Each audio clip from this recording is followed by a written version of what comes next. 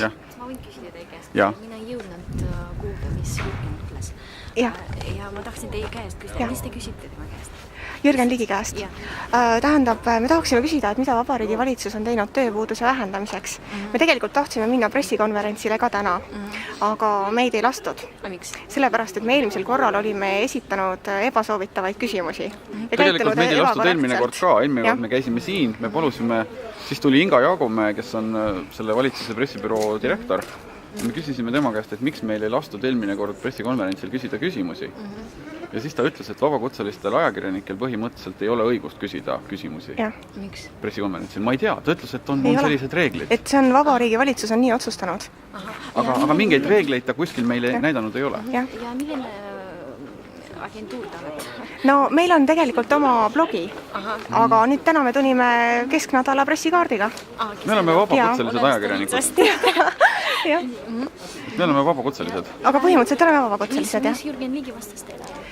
Jürgen Ligi ütles, et paljugi on tehtud tööpuuduse vähendamiseks. Kirja küsis seda, et mis on tehtud Eestis või mida täna valitsus tegi tööpuuduse vähendamiseks. Aga sellest, et teid ei lasknud. Kas ta üldse kommenteeris, mis siin toimub? Ma ei kuulnud üldse. Aga praegu Parts kommenteeris seda, et tegelikult peaks laskma kõiki ajakirjanike pressikonverentsile. Et tema nagu vihjas mingitele suhetele, et meil on nagu suhted, siis ma saan aru peaministriga, peaminister, ma saan aru, otsustab, keda siia valitsuse pressikonverentsile lasta, keda mitte. Et meil on nagu suhted peaministriga kehvad ja seetõttu peaministrile meeldib, kuna me küsime ebameeldivaid küsimusi, siis see on põhjus, miks meid mitte lasta me ei käitu korrektselt valitsuse pressikonverentsile. Ja kuidas как это коррелирует с тем, что происходит? Ну ясно. No arusaad. Milline blog on? Kuidas? Milline blog on? Milline blog? See on nagu Inno ja Irja kohvik. Inno ja Irja.blogspot.com Ja ma kirjutan kohe. Ma võin selle visiitkaardi anda. Jaa, see on kõige parem. Ja millal te ei lasknud? Teid ei lasknud? Üleilmine kord ja siis täna ka ei lastud. Aga me käisime üleilmine nädal käisime pressikonverentsil, siis meil ei lastud esitada küsimust. Ja, siis lasti sisse. Sisse meid lasti. Ja küsimus sellest tööpuudusest. Ja, tööpuuduse kohta. Ja siis me nagu pärast pressikonverentsi lihtsalt läksime härra Ansipi juurde ja küsisime temalt selle tööpuuduse küsimuse ära ja siis seepeale otsustati, et me käitusime ebakorrektselt. Enam ei lastud. Ja Juhan Parts ütles, et ja Juhan Parts ütles, leidis, et siiski peaks lubama vabakutselisi ajakirjanikke. Tegelikult eelmine kord juba Tõnis Lukas ütles ka. Ja, Tõnis Lukas ka leidis. Et ju siis ikkagi peavad olema nagu mingisugused, mingi alus selleks. Aga mingit alust, mingit reeglistikku ei ole olemas, mille alusel ei lasta meid pressikonverentsile. Et eelmine kord me saime Inga Jaagumäe jutust aru, et see on lihtsalt valitsuse suva, keda ta laseb ja keda ta ei lase. Ebameeldivaid ajakirjanikke ei lase, neid, kes esitavad meeldivaid küsimusi, neid siis nii-öelda laseb. Suur tänu teile. Aitäh.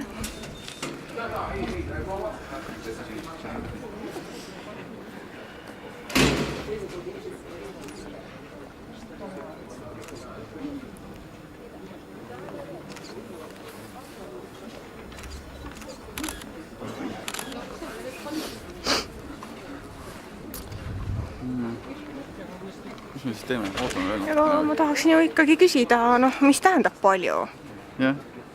Saad aru, igaüks võib öelda palju. Nad ei julge keegi välja tulla, sellepärast nad kardavad, et me oleme siin. Ma võin ka öelda, sa küsid näiteks minult. Mis vist ka pilte? Okei. Võib küll, jah. Ma keeraks teid siit poolt. Korra minu poole. Saaks selle sildi ka. Niipidi. Jah. Väga hea. No aga kuule, sa küsid minu käest näiteks, et mida ma olen teinud näiteks minu käest võib küsida Afganistani heaks, ma ütlen ka palju.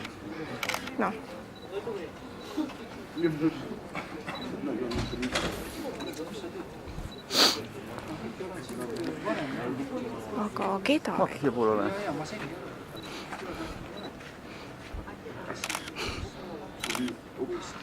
Aga kuule, jällegi üks tülikas küsimus selliselt entusiastlikult noorelt ajakirjanikult. Nii, kui nüüd Jürgen Ligi, rahandusminister, ütles, et ta on teinud väga palju tööpuuduse vähendamiseks. Kas siis ei peaks meil olema nüüd metsikult tööd ja väga paljudel inimestel tööpuudus lausa mürina mida tähendab see palju tõesti? See tähendab seda sisuliselt, et tööpuudus peaks olema sisuliselt homme kadunud, eks? Kuna nad on teinud palju. Jah, näiteks ööd ja päevad vuhkinud, teha tööd. Ma kardan, et tegelikult aus vastus oleks olnud mitte midagi. Või isegi mitte sittagi. Jah, aga ta ei tahtnud seda öelda, ta ei julgenud seda öelda. Jah. Et ilmselt meid sellepärast pressikonverentsil ei lastagi, et tegelik tõde on see, et tööpuuduse vähendamiseks ei ole mitte sittagi tehtud. Jah. Ei, ma vaatasin täna näiteks selle nädala peaministri töögraafikut. Töögraafikus oli mingi 3 asja sisuliselt. See valitsuse istung, siis veel mingi asi, sisuliselt mingid külastused. Ta külastas mingeid ettevõtteid, siis Poolat seal kuskil midagi, mingi Poola visiit. Ja siis ongi kogu moos. Et minu meelest peaks peaminister selleks, et tööpuudusega tegeleda, peaks kohtuma aktiivselt esiteks töötajate esindajaga, teiseks tööandjate esindajaga. Kuid samas. Käima läbi ettevõtteid ja uurima, mis olukord on. Liiga karm. Andrus Ansip teatavasti väga palju lendab. Jah. Nii, ja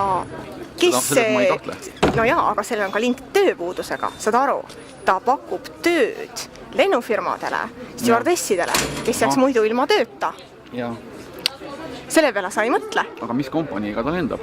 Näiteks Estonian Air ei lenda Jaapanisse. Aga ta muretseb globaalse tööpuuduse pärast. Ta mõtleb globaalse tööpuuduse peale, no loomulikult muidugi. Jah. Ei, mulle tundub, et ta on mingisuguse teise riigi teenistuses. Ma kahtlen, et ta ei ole Eesti riigi teenistuses.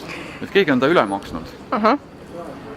Ja ta on kellegi teise me peame vaatama, kus riigis ta kõige sagedamini käinud on. Selle riigi teenistuses. Võib-olla näiteks, ma ei tea, võib-olla näiteks, et Jaapan on talle maksnud. Lõuna-Aafrika on ka kahtlane, ma ütlen sulle. Me peame vaatama, kodus saame tšekkida, kus riigis ta kõige rohkem käinud on. Ja see selgitab nii mõndagi.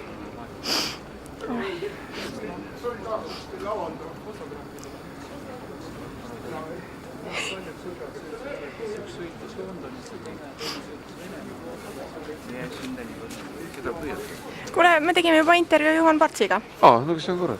Kes leidis, et võiks küll lasta vabakutselisi ajakirjanike pressikonverentsi. Parts on meie sõber. Ütle mulle, aga mis värk on see?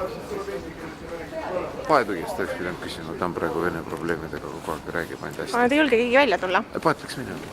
Mis ta oli just Hiilis. Hiilis välja. Ligit ei ole näinud. Ei. Ma küsisin temalt sealt Võre tagant, et mida ta on teinud tööpuuduse vähendamiseks. Ta ütles paljugi. Ma tahtsin küsida, et mis see palju on. Aga ta vist ei julge eriti välja tulla. Aga milles? Mis see toimub? Keda te veel püüate? Me ootamegi. Mees räägib seal huvitavat juttu. Me räägime keele ja ajakirjanduse kasutamisest või kuritarvitamisest. Et siin on, kuidas keegi nagu asja näeb, eks ole. Teda võib näha mitmest vaatenurgast. Kui ajakirjandus ei ole eetiline, loomulikult see ei kõlba. Ja kuidas teda serveeritakse ja kuidas serveeritakse rünnakut või ajakirjandusele ja kuidas ühesõnaga seda tehakse. Kas see on eetiline või ei ole? Tähendab, liigne kriitika selles mõttes, kui ta sellega kaasneb jäme solvang konkreetsetele isikutele, konkreetsele väljaandele. Et kõike saab ju teha viisakalt, diplomaatiliselt, eetiliselt. Jah, ja nagu näete, eks ole, siin on öeldud, et see suu kinni panemine ja selle kohta on ainult üks lause, mäletame nõukogude aega, et ühest lausest küllalt saab, õnn on elada maal. Aga see kiidulaulude aeg on möödas, et kui kõrgeim võim paragrahv 1 alusel põhiseaduses kuulub rahvale, siis on, tähendab mitte rahale, kahjuks ta kuulub praegult rahale Eesti Vabariigis, inimestega eriti ju ei arvestata, aga meil on võimalus siiski meelt avaldada. Ja see oli situatsioon, kus neid ajakirjanikud ei lasknud pressikonverentsil, sellepärast et eelmisel pressikonverentsil nad õpetasid